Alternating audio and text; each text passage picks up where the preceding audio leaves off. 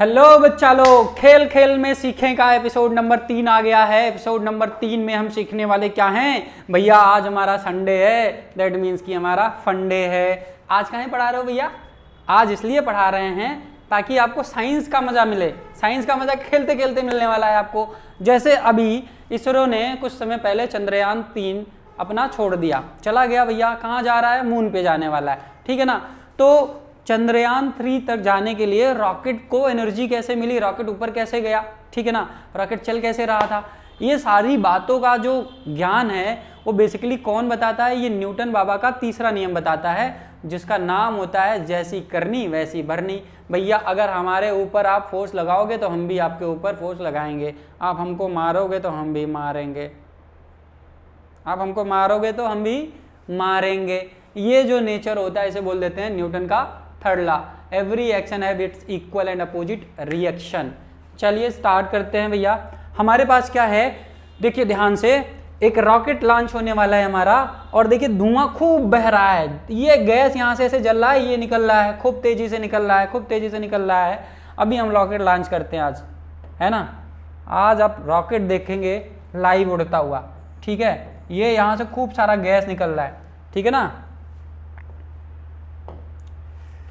खूब सारा ये गैस निकल रहा है। देखिए ध्यान से, खूब सारा गैस निकल रहा है, निकल रहा है ना धुआं खूब सारा, इधर से भी इधर से भी।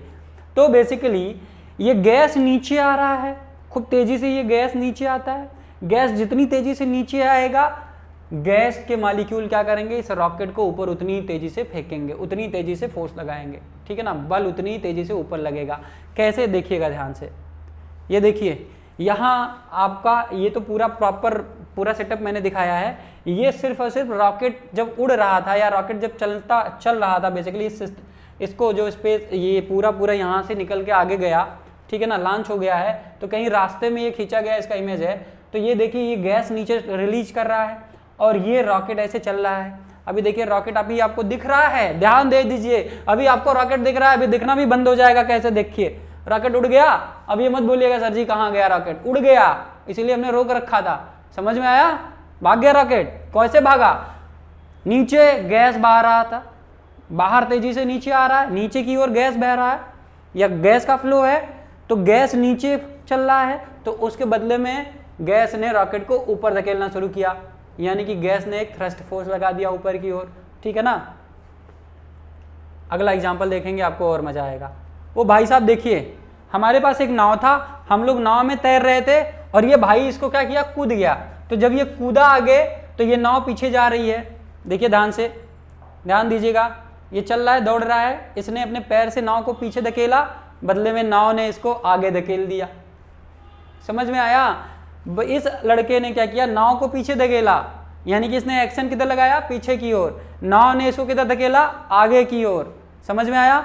नाव ने क्या दिया, इसको रिएक्शन फोर्स दिया।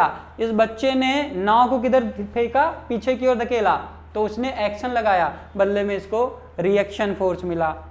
ओके नेक्स्ट भाई साहब आ जाइए, आ जाइए। यहाँ पे क्या है, एक हमारे पास, इसे बोल सकते हैं क्या, गिद्ध बोलते हैं ना, बड़े बड़े पंखों वाला, खतरनाक, है ना। ये देखिए अपने पंखों से ऐसे एयर पार्टिकल को ऐसे ऐसे मार रहा है नीचे की ओर, है, ऐसे ही तो उड़ते हैं, ऐसे ही तो उड़ रहा है। ये एयर पार्टिकल को नीचे धकेल रहा है, हवा को ऐसे नीचे धकेल रहा है, और बदले में हवा इसको ऊपर धकेल रहा है। बात समझ में आया? अरे समझ में आया कि नहीं आया?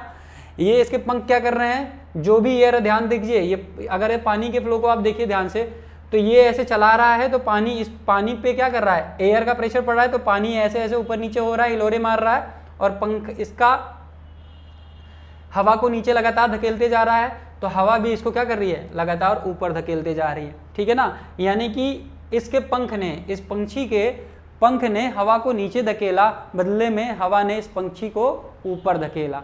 समझ में आया प्रोसेस? ऐसे ही आपका प्लेन भी उड़ता है, ठीक है ना। आगे देखिए ध्यान से, ध्यान दीजिएगा। ओ हो, एक नन्ही सी मुन्नी सी बिटिया आ गई है जो सड़क पे चल रही है। सड़क पे चलने का मतलब हो गया, आप अपने डेली लाइफ से रिलेट कर लो।